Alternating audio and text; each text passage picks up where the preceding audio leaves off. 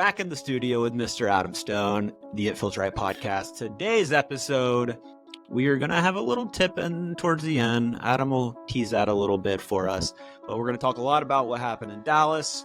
Some rough weather, indoor pickleball, shout out. And we are going to cover a bit on the partnerships, a bit on the results. What else we got, Adam? We got the tip of the week, of course, as you alluded to, moving or hitting shots while moving. What is the proper way to do that? And of course, we go down a couple rabbit holes of nonsense, whether you guys like it or not. But that's the IFR way, and that's what we do. Enjoy. Because you know why? Why? Because it feels right. It feels right. Legendary.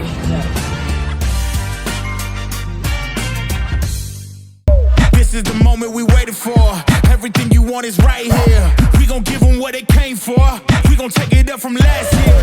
Watch the game change. Watch the game change. Watch the game change. Watch the game change. Yeah. You know what? Yeah, I gotta win. Watch me kick down the door. They won't let me in.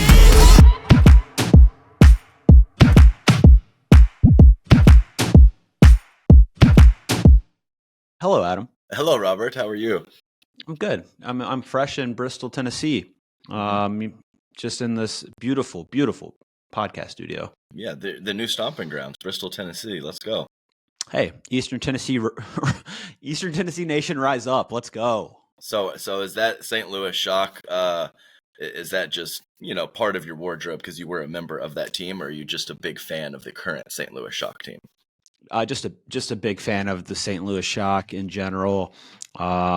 Let's go Chaffetz family. Let's go Shock. I mean, big Missouri guy. Love the city of St. Louis. Nelly, shout out to Nelly, my homie. Country Grammar.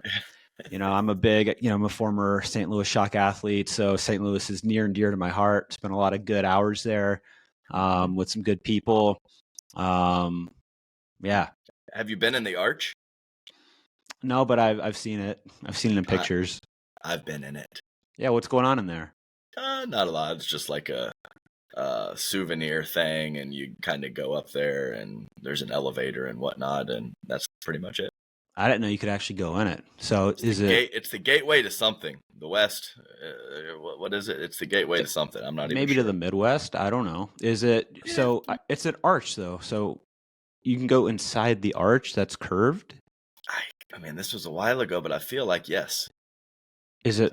Maybe I didn't go all the way up. No, I like where we're going with this because I just could never imagine you can go inside the arch, but. Is it like a very tiny elevator or is the arch bigger than I think it is? Yeah, maybe I'm off. I know that there's a pretty big area with a souvenir shop, and I think that's underneath. Right at the base. And I mean, I feel like you can go in it, but now I'm starting to second guess myself now. My memory is not what it used to be, Robert. No, but to imagine, I just would never have thought you could go in the arch, and who knows, a lot of those little things you can go in and then you get to there's more space than you think. And sometimes there's even a little restaurant at the top. So maybe you even had a nice lunch up there. Who knows? Hey, well, I'm glad we just went down a rabbit hole right at the beginning of arch construction. Everybody in St. Louis is going to be like, either of course you go in it or you're an absolute idiot. Yeah, you're just so dumb. You're so dumb. And that's okay. I can handle that. I can take that. So Robert, what'd you do this weekend? Anything exciting? What did I do? I just, a couple things. So I was in Indianapolis earlier this past week, and then Mom and I went to Macon, Georgia for a golden ticket event. And we went to it was held at a beautiful facility, Rhythm and Rally in Macon. It's the world's largest indoor pickleball facility. Oh, it used to be a Belk, if you know Belk. I do, and I know you. I don't know what it is. It's like a department store. It has HVAC and it's a big building. Yes, that's what you need. That's what you need. And it was you walk. It's just clean. This place was just like. it looked clean. It was minimal. The courts were nicely spaced. Carpet, kind of like carpeted areas in between, which for whatever reason just made it feel like I liked the carpet versus just having hard floors everywhere. It just added a level of like coziness or home. I don't know. But this was the cleanest indoor facility I've ever seen. Clean as in like, just sharp. And 2 floors. First 2-floor facility I've seen. You got 16 courts upstairs, 16 courts downstairs, 32 indoor courts. And this place, man, it's Macon, Georgia in the summer, it gets hot. But this place, I want to see their air conditioning bill. I want to see their electric bill. They are pumping that AC. It had to be at 62 degrees. I mean, it was frigid in there. Talking my language. Love that. Adam, as you would say, 62 indoors, cramping weather. Yes. That'll sneak up on you. Rob, when you least expect it. That's right. It's 85 and humid. You're electrolyting. You are hydrating. Yeah. It is in the top front of your mind. When it's 60 and crisp, watch out. That's when you're not ready for it to come. That's when it hits you. Sneaks up on you. Yeah, it really does. Well, Robert, I'm just going to say it's a lovely facility, 32 courts indoors, exciting times. Could have used that in Dallas this weekend where I was, we had. Yeah. It seemed a little... 8 of 11 or some wild number of tournaments has been affected by weather. Just easy Which solutions, is crazy, right? considering their outdoor tournaments. I mean, who would ever think that the weather could actually impact a pickleball? Yeah. Apparently when wetness falls out of the sky, it makes the ground wet, which makes playing a sport and moving laterally and forward and backwards difficult. Mm-hmm. And also I hear that if there's like puddles and wetness on the ground, that the ball doesn't actually bounce as much either. And if it's not wetness falling out of the sky, Adam, it is aggressive winds blowing from the west to the east or the north to the south or the east to the west, which also turns out affects this little light wiffle ball that we play these tournaments with. So unfortunate circumstances in Dallas, of course. Again, Macon was beautiful indoors. A little chilly for a little. 60 It's a little chilly for my liking, but who's going to nitpick? No wetness from the ceilings. No, even though the AC was blowing, there was no impact of wind from blowing from the walls or anything like that. It was fully enclosed, as as pickleball facilities should be. Yeah. So unfortunate circumstances, but you guys got the tournament in. It happened. Mm-hmm. Yeah, persevered. It makes for some. I was able to be a fan a little bit at this tournament, so I made some mistakes travel wise and ended up staying through Sunday, even though I did not work Sunday. My parents ended up coming up from Houston, so it was lovely.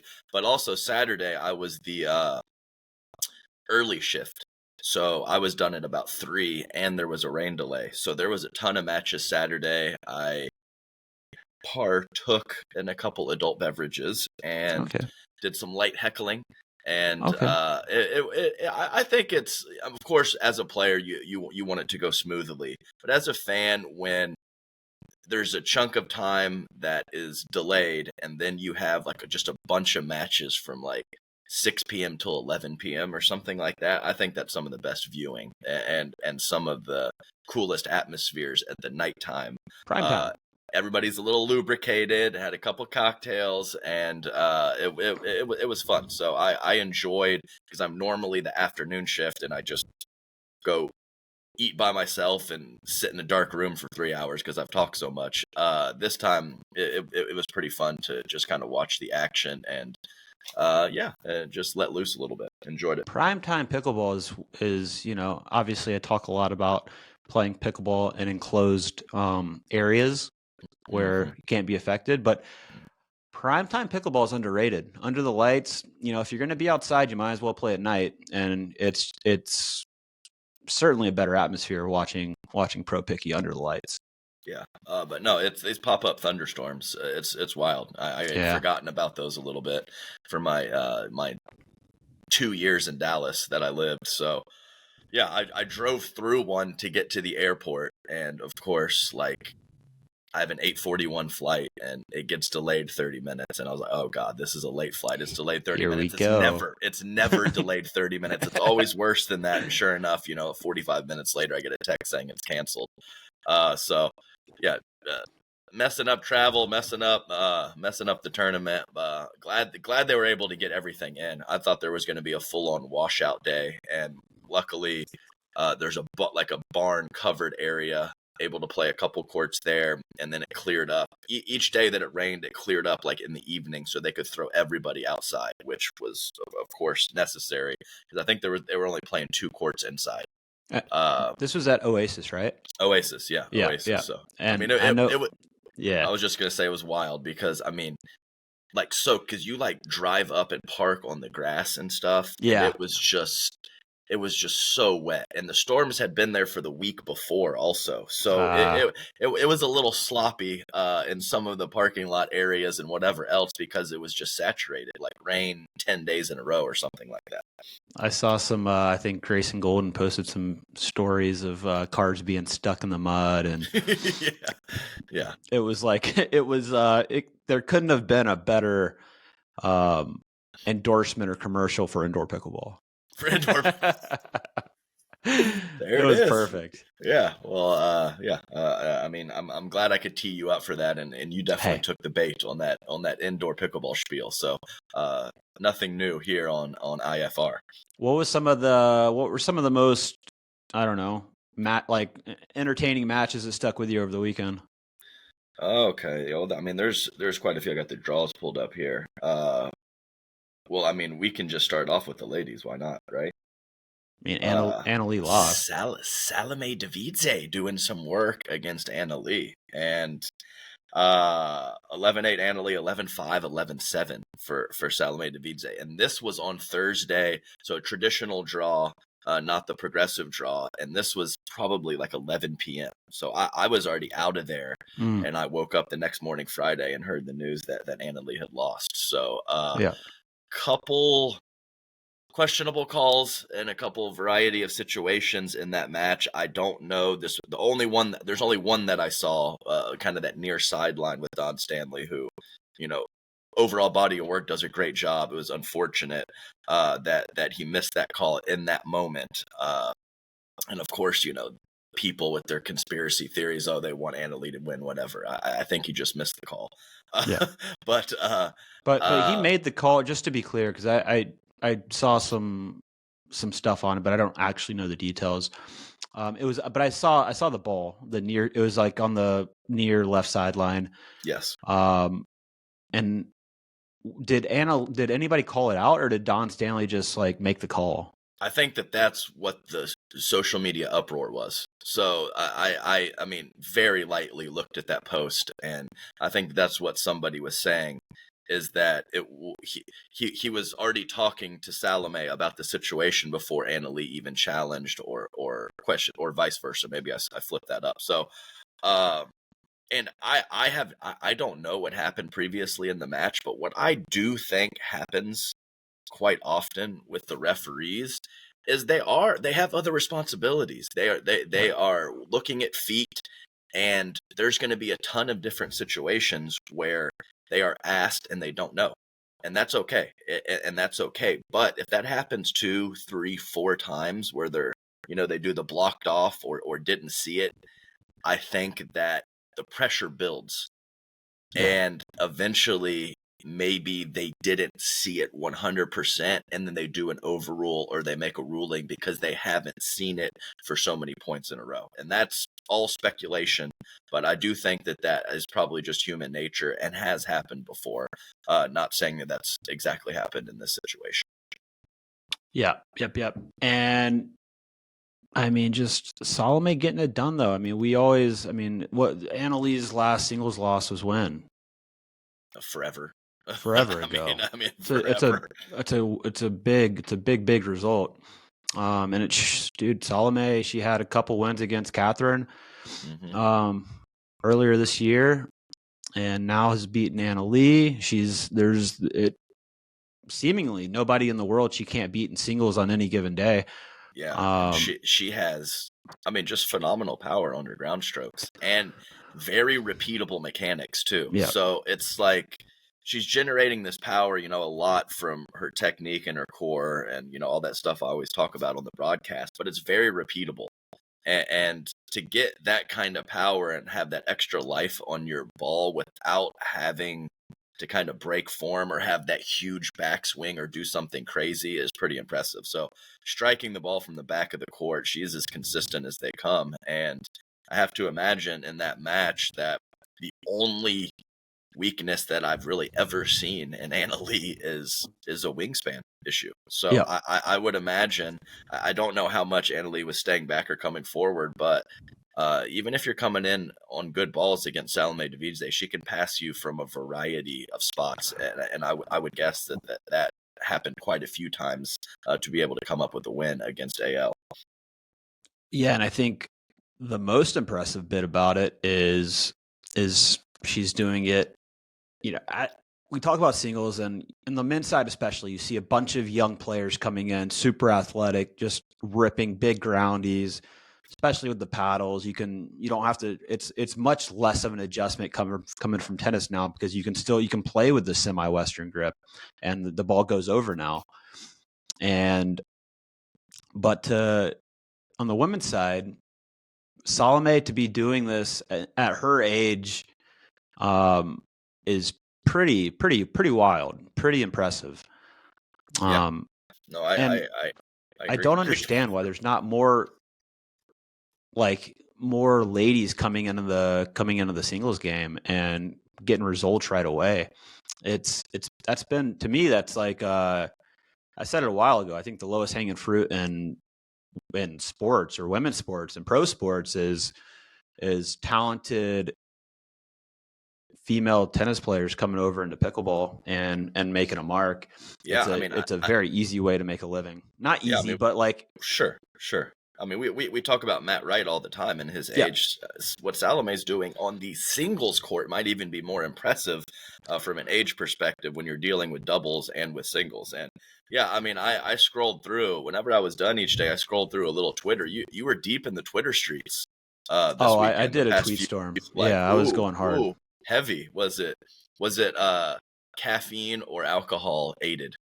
Oh, it's caffeine. I was going, you get enough of these bad boys in you. You start firing away. The mind's just going. I want to say everything. I got lots of takes that need to get out of my brain and into the Twitterverse. Dude, Salome's 38. I just checked that. 38. Annalise, how old? 17 now? 17. I believe it's 17 is the number. Yeah. So double her age plus 4. Carry the 4. Carry the 4. Yep. Double her age plus 4. That's 21-year age difference. That's baller. That's good. Fantastic mental math. And that's thank you. That's impressive stuff. 38 singles, doubles, big difference. Way to do it, Salome. And other semifinal was Catherine versus Leah. Leah won 11-7 in the third. Catherine having a little dip in singles results. I think one of the little stats for the tournament that we got through through commentary was 3 medals this year in singles. 11 events, 3 medals, and that is definitely at a slower pace for Catherine than she was cooking at in 2023, where she seemed to be medaling almost every single tournament. So, so that was that. They did not play the bronze medal match. Why not? Catherine and Anna Leigh. I think it's a small find, and not surprising that the 2 partners and Anna Leigh had 2 matches on Championship Sunday, so that doesn't surprise me for a bit. And Leah Jansen getting it done. 11-2 in the third against Salome on Sunday. So Leah having won. She likes Texas, man. Won a title in Houston, now a title in Dallas. And good for her. Good for her. What are your thoughts, Adam, on because I don't think the men's doubles played the bronze either. What are your thoughts on not having that bronze match? I mean, I think that players choosing not to play it. I think when you have someone who is playing one, if one or two. Basically, if they're playing anything else on Sunday, I mean, I can't really fault it too much. Now, I know it's on the grandstand court, and it's not overlooked. There's plenty of fans watching the grandstand court, and I know people do on YouTube during Championship Sunday. So I like the bronze medal matches, and I'm sure I want them to be played. It's quality pickle, but I get some of the situations when they pull the ripcord on that bronze medal match, and I'm not even positive. I think it's like a $500 fine or something. Maybe that just doesn't get paid. Maybe it does get paid. Maybe I just made that $500 up. I'm not sure, but of course I want to see it. But if it doesn't happen occasionally or in a specific situation, I have no problem with that. Yeah, I'm on the other side of that. I think for the amount of money, dude, for the amount of money these people are getting paid salary wise, play the match. You're getting so much money that's over. Like, let's be honest, everybody's overvalued. You're getting money more money than you should be getting, and you're being a diva and not playing the match because you have a couple other matches on Sunday. Get out of here. Play the match. You're getting paid. Give it to the fans. They're there to watch you. Play the match. You're getting paid. Play. Reasonable take. That's my take. Good cop, bad cop, just like it's always been, brother. That's not even a bad cop. It's just my take. I don't even think it's a bad. It's just you're getting paid. You should play. Let's just shift right over and talk about, gosh dang, Chris Haworth. My Lord. Like, some of these score lines are obscene. He just destroyed people. Roscoe Bellamy, great singles player, beat Tyson and Los Cab a month ago or whatever. 3-3, Haworth takes him down. Destroy. Next round, Dustin Boyer, who upset Tyson McGuffin in the previous round, 3-1 for Haworth, and then beat Hunter Johnson, who is an amazing singles player. I'd probably put Hunter somewhere in the 8 to 12 range. Yep. 1-1 in that matchup, and then beats Federico Staksrud in the semifinals 11-6, 11-2. I watched that one, and I'm not sure I've seen a cleaner match from somebody. Both wings, forehand and backhand, swinging two-handed volleys, pushing volleys, two-handed volleys up the line, ripping them cross-court wherever he needs to go. I mean, 11-6, 11-2 against the most consistent singles player in the world. What a tournament for Chris Haworth. Yeah, and then I saw his first game in the final against Ben. It was like 11-2. I was like, 11-2. Oh, dude, he's just. I mean, this dude is the new best player in the world. He can't miss. He's ripping, two-handed backhands from his back foot in the middle of the court, somehow still curving it in. It's like, what? And I mean, in the past, he was playing with that gearbox that was just absurdly powerful, and a lot of it made sense. And now he's playing with a new Babolat, and yeah, it hasn't seemed to affect his play. If anything, it looked really sharp. Yeah. So great tournament for him. Couldn't get it done in the final after coming out super hot, but I mean, it's going to be fun to watch him continue to get better. I remember him playing. I think it was against Ben and Mesa, maybe last year, or it might have been last year, earlier in the year, and it was kind of like one of his first tournaments. And I think he took a game, and I was like, "Oh, dude, this guy's pretty big. He's tall. He has a huge wingspan, and he's got filthy ground strokes." So to see him progress and get better, it's been fun to watch, and he's going to be a real issue. It's legit, and the ground strokes of course amazing, but I think the most impressive thing is that two-handed backhand up at the kitchen line. Even when he's transitioning, he's not even established at the kitchen line. He's flying forward after return or after an approach shot, most likely a return in men's doubles, and he just crushes it everywhere. I mean, line, cross, like a lot of people, it's like when you're transitioning. I remember when I used to play, I would have that swinging cross-court forehand. Yeah. But I couldn't hit it on the line when I was transitioning and I was moving. Chris Haworth, not a problem at all whatsoever. Putting it to all the spots, losing 11-9 in the third game on Championship Sunday. And I was actually out there watching. Mama and Papa Stone came up from Houston, so I was actually out there watching Sunday. And the bronze medal match was Dylan Frazier and Federico Staksrud, and Fed rolled his ankle.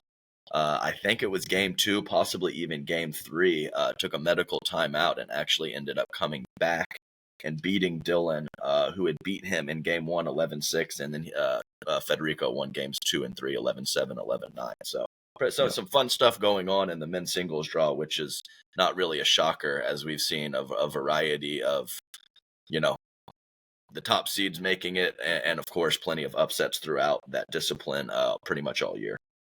I think Fed with that result still on top of the rankings as the number 1 player, right? No, I think he got passed up because he lost a championship Sunday to Ben. So I think with Ben making the finals and Fed getting Ben winning and Fed getting the bronze, I think that he will stay at number 2. Okay, because I saw Fed post something about. Yeah, I mean, I think Fed was only number 1 for 1 week. Maybe I was off of that. I'm one of the lead commentators of the event. I should probably know these things, but it's okay. Taking a look at some of those. Yeah, Fed's still number 1 based on the website. Anyways, I don't know if they've updated it after this past event. Yeah, I'm not positive. Looking through the mixed draw now. Pretty fun early. I actually, before my shift started on mixed doubles Friday, I watched this match. It was Lucy and Matt versus Will Howes and Alex Strong. And Howes and Matt, they this one got to be on the stream. We got to put that on the stream, guys. Yeah, it was on Grandstand. It wasn't particularly close, 11-1, 11-7 for Matt and Lucy, but Howes didn't give a dang. He was chirping the whole time. They were going back and forth, and I mean that's super entertaining. That was very early. A round of 32 match.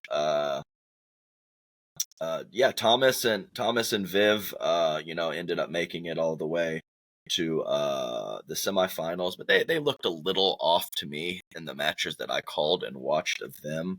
And then Anna Bright was playing with Tyson McGuffin because James is just an odd fellow. He decided he was going to play singles and not play mixed in this particular event. And I know we already covered the men's draw, but he had a very tight score line with Federico Staksrud, 11-9, 14-12. So James can play a little singles. Don't know why he decided to do that and not play mixed. Maybe just relationship issues. You never know. But a solid bronze for Anna Bright and Tyson McGuffin, beating Thomas and Viv in the bronze medal match. And the Johnsons made a nice run, JW and Georgia, beating Thomas and Viv in the semifinals, but getting hurt pretty good in the finals against Ben and Anna Lee in 3 straight games. I've got nothing. You got nothing. I was waiting. I just liked the rundown. It was great. It was a rundown. It was a little me talking. It's do you like perfect. it? Do you like it when I talk more or when you? I talk love more? it. Keep rolling. Keep rolling. Okay. Yeah, this is all good. Right. Okay. Well, no, that's all I got for mix. I know I'm missing something that was kind of fun in there, but just scrolling through, that's just what it is. It's a tough draw, man. I mean, there's a lot when you got mix is tough, man. There's a lot of good teams. When you have the one draw and you get the names kind of combined from the men's and the women's draw, and you see some of these teams and some of these round of 32 matchups, it's like hot. That is an issue. Yep. Yeah, big time issue. Seeding matters. Yeah, seeding matters. So, and then shifting over to women's, we had Rohrabacher at a wedding. So Anna Bright, her second protege, Kate Fahey, and they had a nice little run, a couple really tight matches early on. They played a 3-gamer against Irvin and Pisnik, played a 14-12 game 3 against Millie Rain and Bobby Oshiro. And then ended up losing pretty comfortably in the semifinals to Annalie and Catherine, who they just fire away. Like Catherine looks so insanely comfortable in terms of a speed up perspective when she's playing with Annalie. And yeah. I just don't remember her being, just ready to fire with any of her other partners, even in mixed doubles too. Yeah. So they play great. They play free, and I mean the ladies playing free in gender doubles and the men's playing in fear. Like that's how I see it. It's very true. It's such a good point, Adam. going from I mean, the women are all playing 2-3 feet off the line and just ripping everything. And then, if it's low, they're resetting it into the kitchen every single time. All of the dinks are very aggressive rolls. It's just a different brand of pickleball. And on the men's side, it's yeah, you're right. It's more fear-based. It's fear. It's keep complete this ball fear. unattackable. It's like bunting, plain dinks, and then you can see, like, even when I'm watching these matches, especially when it's against the Johns brothers or against Dylan and JW, or those like heavy counterattack teams, even against Matt and Deckel, whose counterattacks were on point. Like, you can see the players start to speed up and then just almost second guessing themselves. Like, if this is not a perfect speed up, I'm going to eat this bad. So free play and fear play really sums up gender doubles more and more, I think. I mean, what do you think on that, though? Like, it's been it seems to be a pretty consistent that's a consistent consensus. Why am I even attempting to say that? That's tough. That's a tough one. That's out of my wheelhouse. But women's doubles is more entertaining, I would say, for most people to watch in terms of gender doubles over men's. Mm-hmm. Men's, like you said, fear-based, a bit more boring, soft dinks, daring the other team to take a crack and speed up. Where women's it's free swinging. Is there a world where the guys, we adjust at technology, whether it's probably be the ball, or we play with like a slower, softer ball to where that makes sense, and you can have those free swinging rallies and it's more entertaining? Or do you see a world where that happens or should happen, in your opinion? Now, should happen and happens is two different situations. What's your thought? Should it happen? I think so. I mean, I'm not sure. Yeah, like I'm not sure exactly where that threshold happens, but I think that we probably are right there, if not haven't clearly crossed it yet with some of the point construction and the paddle technology. And like when we were on the Big Fox on Sunday. Mm-hmm. If we're on national TV, I'm not sure showing a men's match is the play. You know what I'm saying? Like, Pickleball TV, YouTube, whatever. Those people know pickle. They're diehards. They understand what's happening in some of those men's matches. But a general audience just watching on FS1 or Big Fox, like, I think you have to put men's singles on that. Men's singles or mixed or women's doubles, because just watching, JW and Dylan bunt the ball to the middle of the court and then slap a counter. And while we know slapping that counter is unreal and just uber talented, I'm not sure the average fan does after, 14 dinks and then just a one ball rally, as opposed to the extended exchanges, like 5-6 shot combinations that you see in women's doubles, and really the digs, the 3 feet off of the kitchen line, full stretch digs from the ladies, mid firefight or when the opponent finally does get one down at their feet, is ridiculous. And I think that translates more to a general audience than some of the strategic men's doubles play. Yeah, totally agree. Before we get into the episode, we have to tell you about a must-have for anyone in the pickleball world. If you're an avid pickleball player and don't have this app downloaded on your phone, you're missing out on so much. Meet the Selkirk TV app, the first and only free streaming and on-demand app dedicated to everything pickleball. Whether you're a player, a fan, or just curious about the sport, Selkirk TV is your one-stop shop for all things pickleball. Get exclusive early access to content you won't find anywhere else, like lessons, courses, podcasts, and much, much more. Imagine improving your game with the pros or catching the latest pickleball buzz before anyone else. Need more? How about a 24/7 live stream featuring new content daily? From gripping PPA tournament matches and live coverage of grandstand court to insightful player interviews, Selkirk TV has it all. You can dive into the action anytime, anywhere. If you're already watching this episode on the app, thank you. But if you aren't, what are you doing? Download the Selkirk TV app now. It's a must-have for anyone who loves pickleball. Visit selkirk.com/TV to get it. I think it'd be just super interesting going to a or not all the time, just the same way we see with tennis. Like we've got the French going right now, right? So it's, the playing on clay suits certain players that are great baseliners, that are fast, that have really heavy ground strokes. It's a different brand of tennis than Wimbledon, where big serves and good volleys, and it's just different. So why don't we experiment in different tournaments with different conditions? Those are obviously court conditions. You go grass to clay. But what if there was a world where we played with a softer ball for a tournament and everybody had time to prepare, and going even beyond that, a season, like you have a clay court season, you have a grass court season, which is short, you have a hard court season, which is longer in the summer. I think it would be super interesting to just create more variance by having different balls or potentially different surfaces. I don't know. It would just be unique, and it would be fun to watch, and it would be interesting to see how players adjust. No, I totally agree. And I mean, maybe I'm just completely out of bounds here, but when some of the specs of the paddle testing or whatever, you could even have different limits or something with the paddles. And maybe that's just not an option or something so far in the future.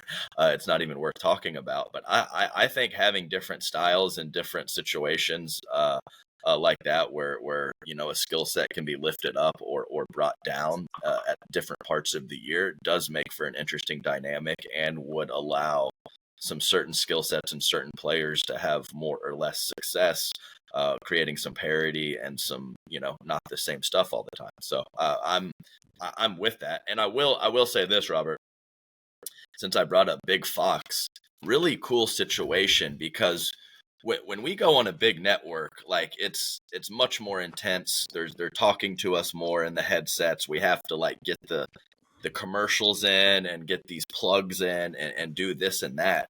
And they pushed off MLS soccer. So they went 45 minutes longer than they were supposed to, because there was supposed to be a block of MLS soccer, Major League Soccer, right after pickleball. And they sent that to their app and continued to play pickleball. And I don't know this, but in my mind, the only way they would do that is numbers related. So meaning they were getting more viewership and better viewership than they thought on pickleball, so they held it on the network longer. So that's very cool. That has to be a positive in terms of what the numbers were of people viewing on Big Fox. So I think that's very exciting for pickleball in general. Yeah, that's huge. Adam, I'm in your camp though for this one. I hope that's the case, and I hope the numbers were just through the roof, and they extended because it was high quality viewership and people were loving it. What match was on during that extension? I don't know. Yeah. I wasn't working Sunday. In my defense, I was not working Sunday. That's fair. I was not working Sunday. Yeah, if you were working, you would. You'd be all over that. I would probably not know either, as it all goes together. But thank you for that little caveat. No, but being on Fox is, that's huge, especially on a Sunday afternoon. That's a good spot. And do we have more national broadcasts coming up?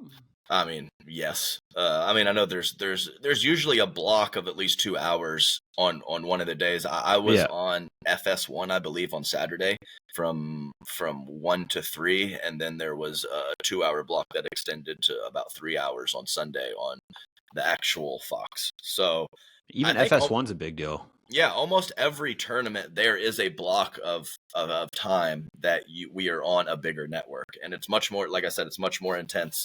Also, in terms of commentary, I know the diehards that are watching 12 of the 18 hours of coverage per weekend get annoyed with the commentators repeating stuff, but we're constantly kind of introducing new audiences and getting, and someone's in the ear. They're like, okay, hey, we're getting FS1 over here, or this is joining us from a previous recorded sporting event, and this audience is joining us. So you kind of have to go through it a couple times and be a little bit repetitive when that's the situation, because the new audience doesn't know what you just said, and you have to kind of set things up and say a few things. So yeah. And one thing I wish commentators would say more of and repeat more of is who they are, their name, because that happens a lot. We've talked about that. It's like commentators don't, like, I'll be listening to whether it's a stream or like whatever it is. I'm like, who is that? Like, what voice is that? Just say your name. It's kind of fun to try to figure it out. No, I hear you. I hear you. Just say your name. Just say your name. Oh yeah, say my name. Let me see what happened in men's doubles. We lightly talked about it. Really nice run for Matt Wright and Deckel Bar. And man, people love to talk about me and Michelle McMahon saying Matt Wright's 46 years old and a lawyer too much. I think we should say it every 15 seconds. Yeah. He's a lawyer. He's 46. He's crushing people. So screw all you people. He plays a little picky in his spare time in Wichita. A little picky in his spare time. And then rolls out to these tournaments and waddles up and just lights people up. Yeah, a couple really, it kind of got a little chalky, meaning standard seeds deeper in the men's draw. But there was some interesting early round upsets. Your boy Greg Dow and Kwong Duong upsetting DJ Young and Tyler Leung. That's pretty solid win. I said not an upset on Twitter, and people got very upset about my saying not an upset. So I think upsets over upsets. I think it's an upset, and maybe we'll just go. It's a light upset. Of course, it's an upset. Of course, it's an upset. Not because of Dow, though, because of Kwong Duong. It was a singles player, and of course, it's an upset. But that's what you do on Twitter. You say not an upset to upset people, and it worked. Everybody relax. Of course, it's an upset. But I mean, it's an upset. It's an upset. Fair. I mean, it's not crazy surprising, but it's an upset. Right.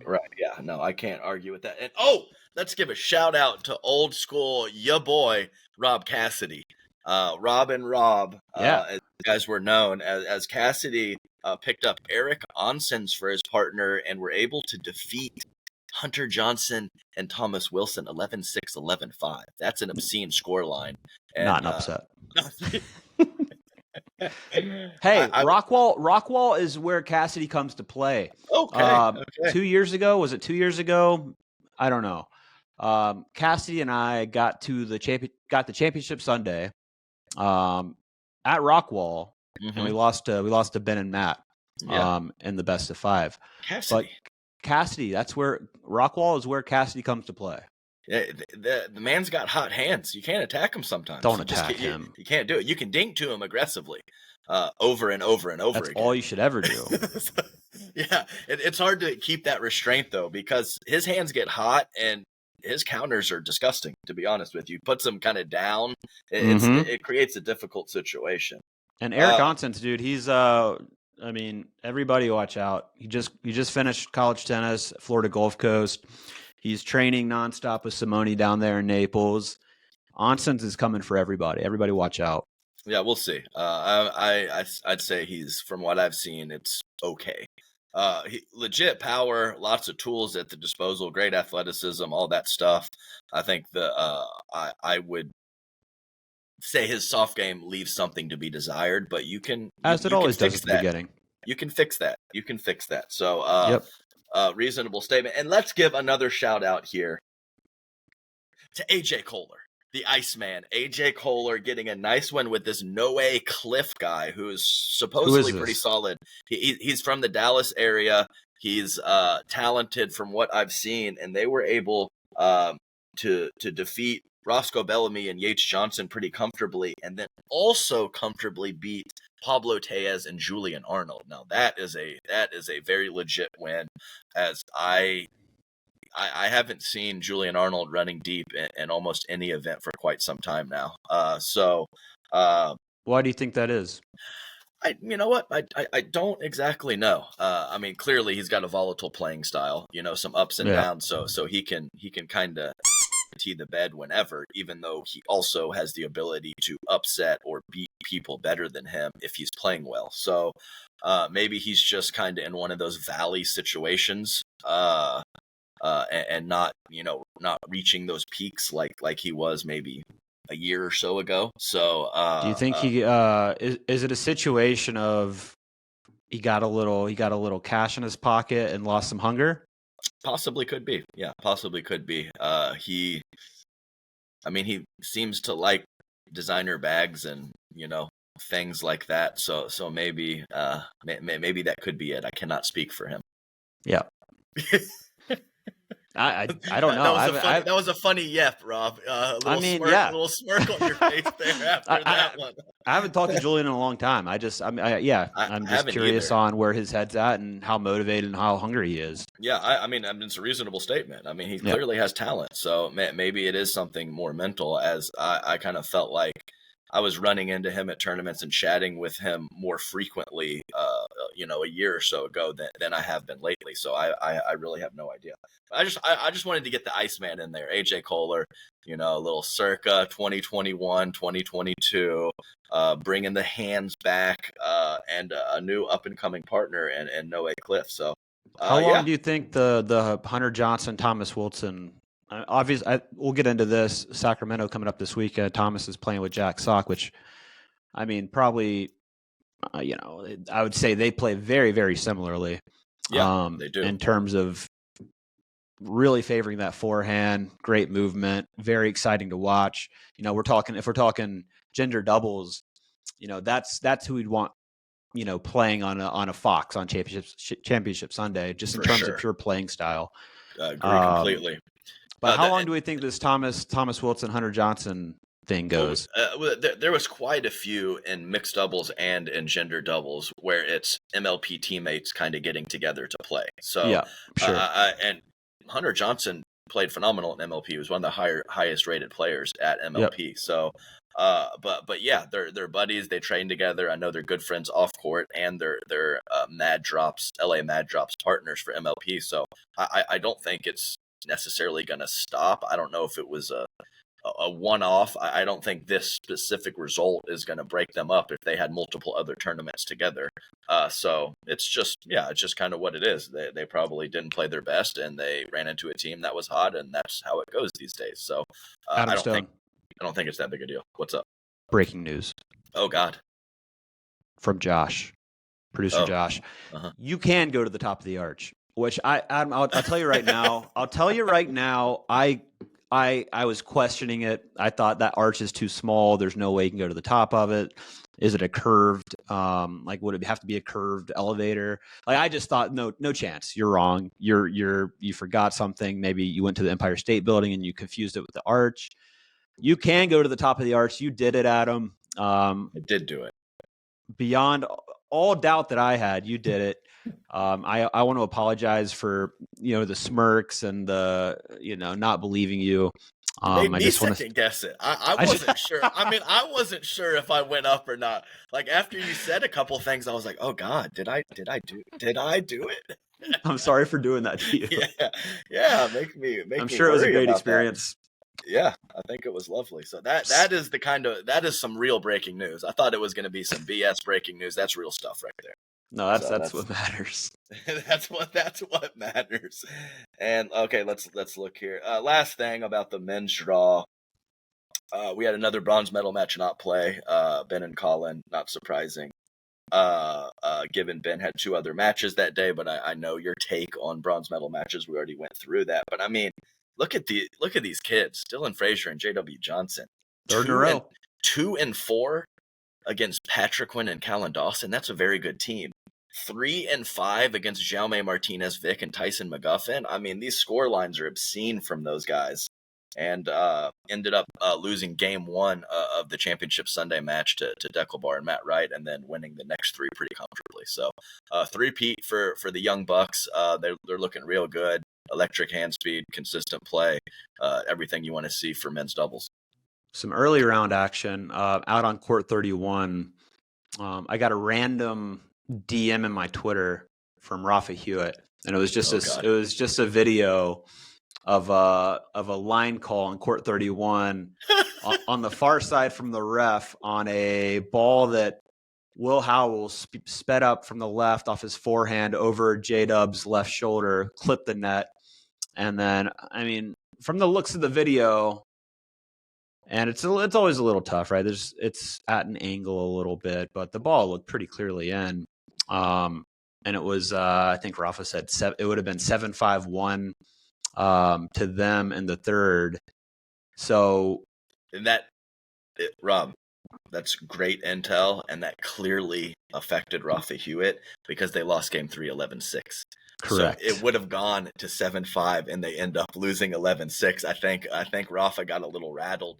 But important to mention, we talked about the kids destroying very good teams. The scoreline with Will Howes and Rafa Hewitt was 12-10, 5-11, 11-6 in the third. So clearly a very tight match, and absolutely no idea. I don't even know what the clip you're talking about, but maybe that could have changed a little momentum for Howes and Rafa Hewitt, who were in a very good spot against a very good team.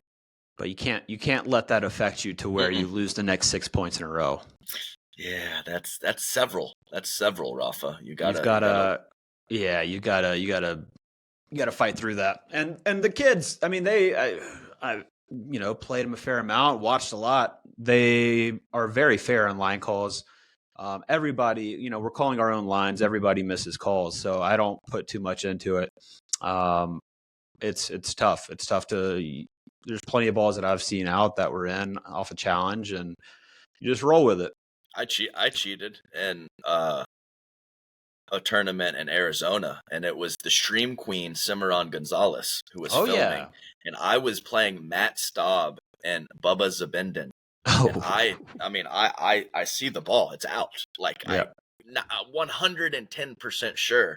And of course, we continue play. I mean, they I think that they know that I'm a pretty fair line caller, so there was a little bit of beef, and I think that they questioned it and said something over, but we just continued play, and then I looked at it on camera afterwards, and the ball hit the line. So I think it just does happen. And another thing somebody brought up is just having tons of lines judges out on the court. But I remember back in the day, it's a disaster. Like, it's a disaster. Like, as long as it's the correct 4 people on court, we would agree. The 4 players would agree, and we would have the lines judges go away for a medal match and just call our own lines because it was pretty rough. And some of those line callers were volunteers. Now it seems to be just actually referees.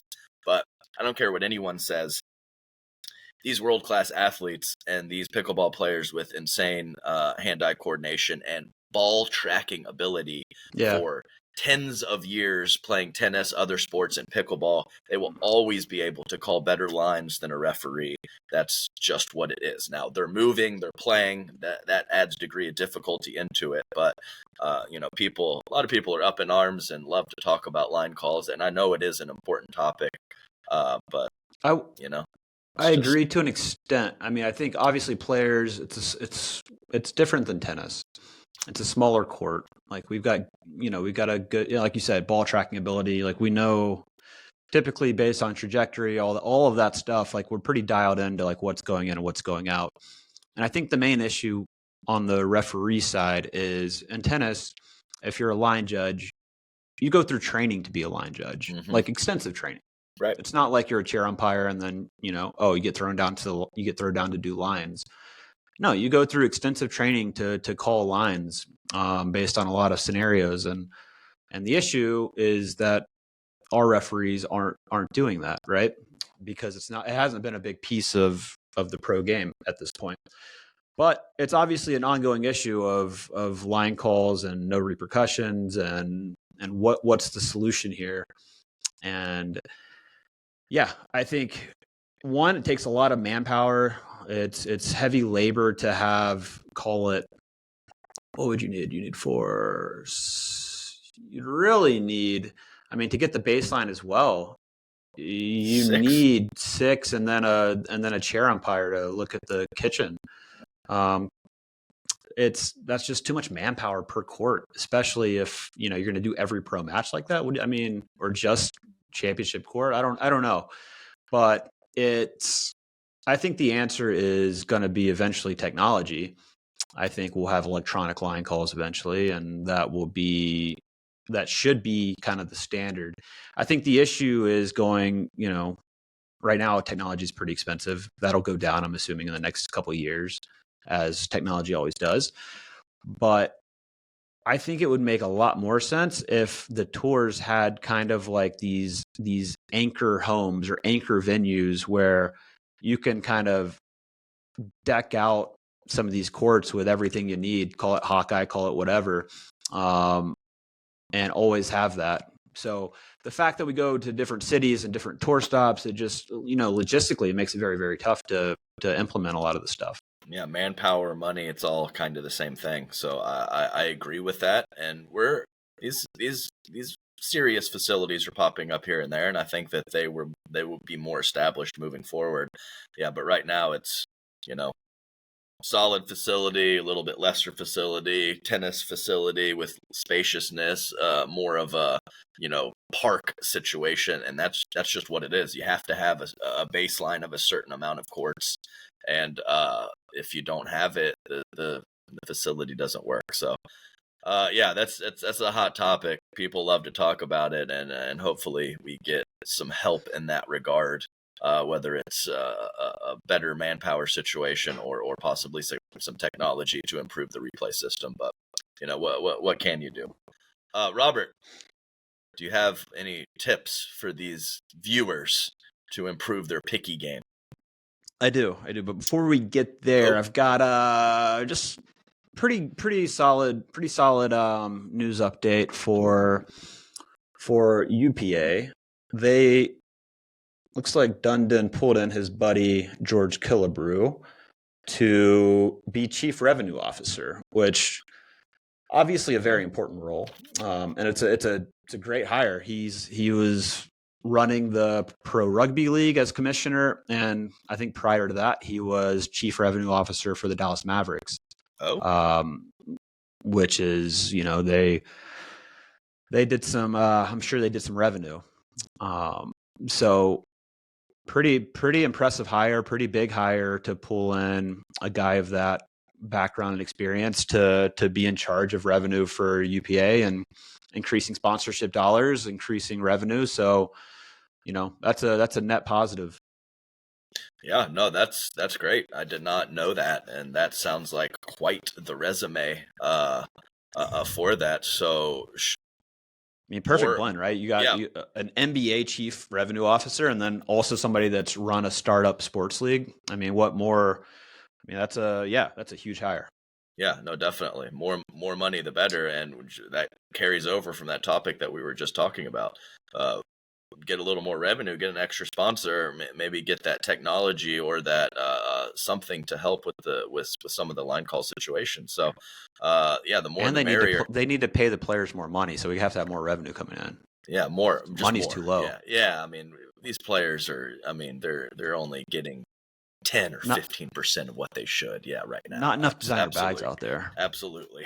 Adam, before we get to the tip, I will say that there's been a documentary crew that has been floating around for the last however many years. Dreambreaker, a Pickleball Story, I believe is the name of it. I watched it. Well, I kind of watched it. I kind of fast forwarded through a lot of it, but it was, to me, like a bit of satire in terms of it had this underlying tone of just making fun of how ridiculous pickleball is, which fair, right? It's super fair. Mm-hmm. It's these pro players are, buying Range Rovers and it's just, there's a lot of Sherry, a lot of Ryan Sherry Bear, who was great on camera. Actually, he's super natural and I would say much more toned down than he is in real life. So there's a lot of Paris Todd. Who else was there? A lot of Todd. So is this the same one where it was kind of at a Vegas club and like spraying champagne on Meg McGuffin and Tyson? Is that the There's same? a lot of Is that the Tyson and same Meg. same situation? Okay. Yeah, I believe so. I believe so. It went into kind of some of the player stories and really kind of the beef between pre-merger PPA and MLP and everything that happened with that. So it just kind of told the story of what's happened in pro pickleball the last couple of years, with a heavy underlying tone of it's so silly because this is pickleball. Like it ended. So Sleeves Pickleball Report on Twitter and Instagram. He lives in a yurt, and he was kind of like the narrator of the whole thing. Okay. And I mean, he did a great job. Super well spoken, articulate. Did a great job of like breaking down what was happening and telling the story. And it would kind of like start with him, and then it would go into other stuff, and then it would come back to him. So he was kind of the narrator, and then it ended with him and two other people playing a song, like on a banjo or something, sitting in the woods on like stumps, strumming a pickleball song. So that, to me, that was like kind of the underlying of like, this thing is so silly, and these are the people that are involved in pickleball, and it's this is pickleball. Well, so I'll stick with your statement. That's fair. Yeah, fair. But I mean, yeah, I thought it was interesting. It's not quite what I expected, but it was it was solid. I'm gonna check it out. Where can you see it? Is it on a platform or something? I just saw that they had it for the San Francisco Film Festival, I believe, and then they had like a $10 link to watch it online. Gotcha. So I did that, and it was interesting. Well, that's fun. I will like to check that out. I like documentaries, and I like pickleball. So you're a big doc guy. We haven't talked about that in a while. You're a big documenter. Big doc guy. I think we can pick another day to talk about that. Let's tell these people. Adam's like, just say the tip already. Say the tip. Let's wrap this. Say the tip. Come on. All right. Come on. It's something you mentioned earlier, Adam, with Chris Haworth being on the move, ripping volleys, and it's one like you don't teach that, right? Like you teach people to be stationary as they're hitting the ball, because usually if you're moving, it's timing's tougher, everything's off a little bit. You want to be stationary as the ball is coming at you, and I think there's certain instances where that's not the case, and maybe you can give some, Adam. Mm-hmm. But the one that I always talk about when I'm teaching is, and it's my biggest pet peeve and non-negotiable to people I teach. I don't care if you're overweight. I don't care if, like, you have to get to the line off the return. Period. End of story. There's no moseying up there. I don't care how you do it, but you have to get to the line for the fourth. Period. And that's like one of, like, if I'm in a coaching session and I see a player not get to the line, point's over. You lose immediately. Point stops. Next point. I care that much about it. So the way I teach it, though, is always start, as far back basically from the baseline as you can, as much room as the court gives you. And as the ball's coming, the serve's coming, you are moving through the return, not stopping, and that's going to carry. You're going to have to shorten your backswing even more, and that momentum is going to carry you to the kitchen line. That's how I always teach it. So that's one of the few instances where you want to be moving through the ball as the ball is coming to you. Just because I care so much about getting to the kitchen line off the return. Yeah. Any other instances that you can think of where you want to be moving through the ball or moving as you hit? Well, I think a perfect example is playing singles and hitting a first volley off of the line. So you're kind of just gathering yourself. You're getting athletic. Maybe your center of gravity lowers, but you're not stopping. You're definitely not stopping and just getting set and rotating your body and hitting, or you're not going to make it. And also, you're not just going to slam on the brakes 4 feet off the kitchen line. contact your volley from a completely neutral position and then start moving again. It's just not an option. So I think with the return to serve, especially, I remember I used to have my butt on the fence. And so I would step into it. I would get low. I would have a nice knee bend, and I would have a solid a center of gravity. But I was always moving through that ball to get myself forward. And I know that most of the time that is a single situation, or I was more conscious of it in a single situation. But I teach a lot too, or at least used to, and getting to the kitchen line in doubles is an issue for a lot of players. So we've talked about a variety of things to do that with a higher return, this and that, or whatever. This is a little bit different of a topic. So if you need to do that in doubles also to make sure that you are established at the kitchen line for your fourth shot, then that's what you have to do. You can't just completely stop or you're not going to get there. And I think there's plenty of ways to, there's plenty of ways to continue to move through and not let it affect your consistency that much. And that, that's going to take some reps and that's going to take some practice. But really most of it, in my opinion, is having that bit of a lower center of gravity and getting your legs aggressively involved in your shot that helps you kind of continue your momentum forward after contact. Yeah, I like that. And then just kind of thinking through this with you. Another instance that I can kind of think of where I'm totally okay with you moving through it is more of an aggressive type play. It's if you hit like a really solid third, and you've been kind of moseying up, making your way methodically up to the kitchen, but you decide I'm gonna put some pressure on and really press and really push forward here off this third, and quickly move up to try to attack that next ball. I'm totally okay with you trying to force a pop up there and then move through that and hit that volley as you're doing it. But again, takes practice. You have to make sure. The biggest thing I see is swings are too big as you're moving through the ball. Yep. So just have to really be compact and not have a big swing, especially you already have a lot of force going behind you, the shot. So that's the key right there. So, when you are stationary or at the kitchen line or don't have your momentum, I walk into my serve. I'm all about that. Momentum is super important for me. I'm not the strongest guy. So to have that momentum, I think it's important to understand the situation and shorten up.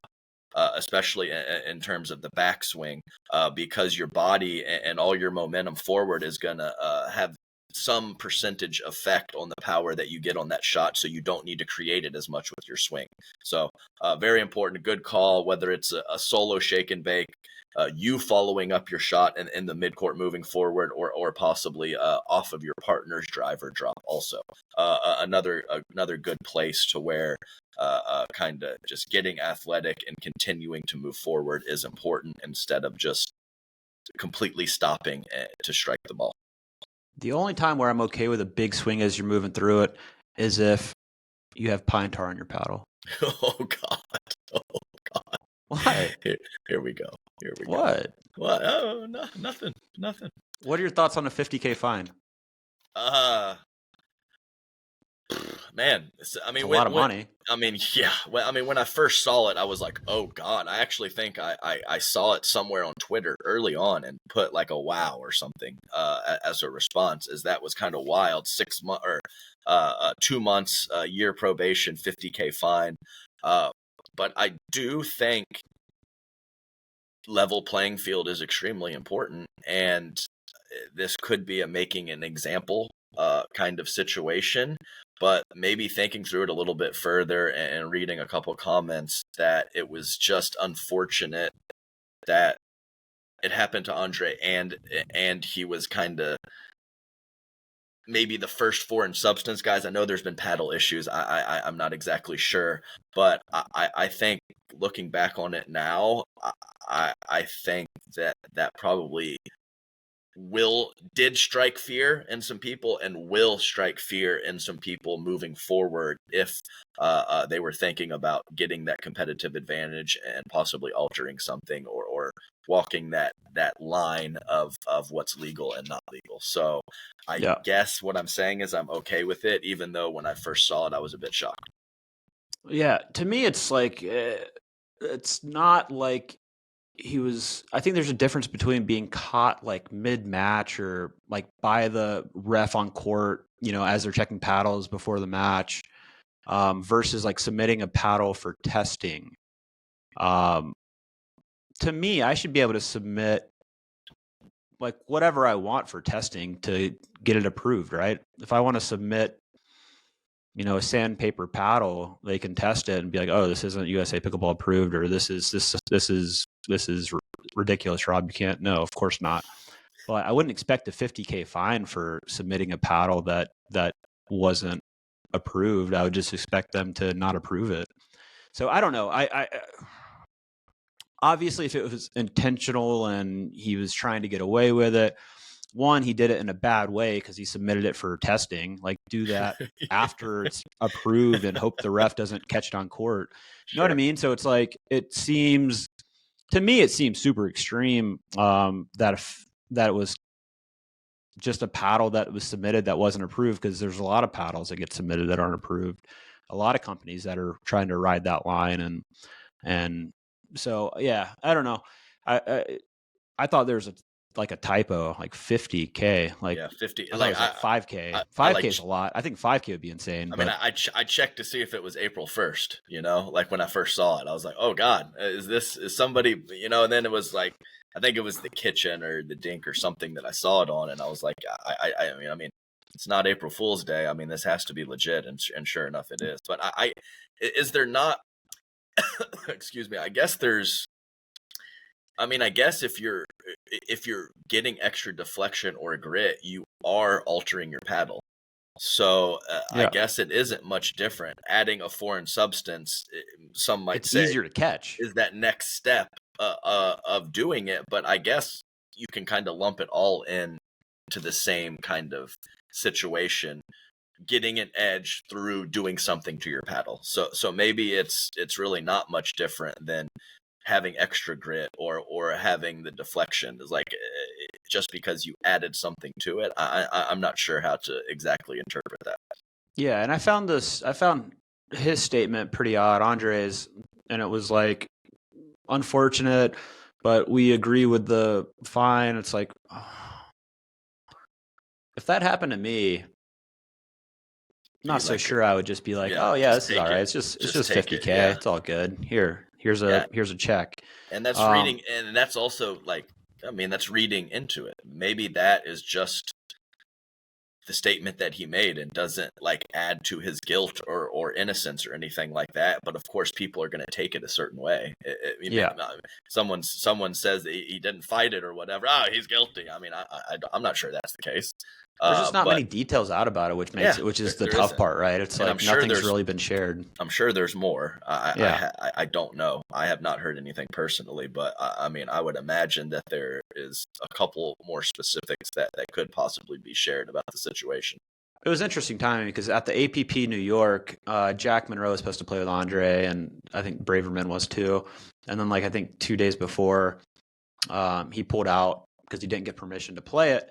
Which was a new thing that I hadn't heard of, because to my knowledge, his contract said that he could, he was able to play whatever he wanted. So, to get the fine, to me, that means his contract changed in some way, or there's a new contract. So I'm not sure if he's signed with PPA now, Gotcha. Or PPA MLP, fully, and like part of that new salary amount or contract amount, they just took that imaginary $50,000 out and gave him a lower amount, because to my knowledge, he's not playing any more APPs. So, gotcha. I see. I don't know if that's a piece of it. Maybe so. Wouldn't surprise me. I know. Yeah, there's a variety of different types of contracts, just kind of depending on the time that you signed it and whatever was going on. So not positive, but that would make sense. I'm not super surprised that PPA would go after him, right? He's had a hell of a year. I would say he's a top 5 men's doubles player. right now in the world. So no surprise that they want him to play over there exclusively. And yeah, I guess we don't really know. Nothing's been announced, so we'll kind of see how it all plays out.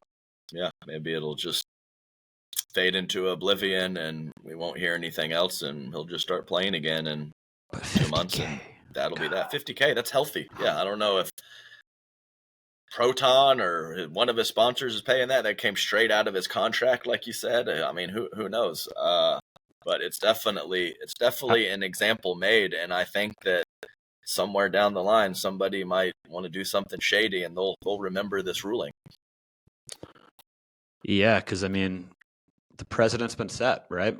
Illegal, like foreign substance, 50K, boom. Yeah, people will be people, and people will always look for edges. So it's something like this will pop up again, and if you got nothing in the back of your mind, you're more likely to do it. You have 50K in the back of your mind, you're going to be less likely to do it. So yeah, you kind of need to think about it from all perspectives, and here we are.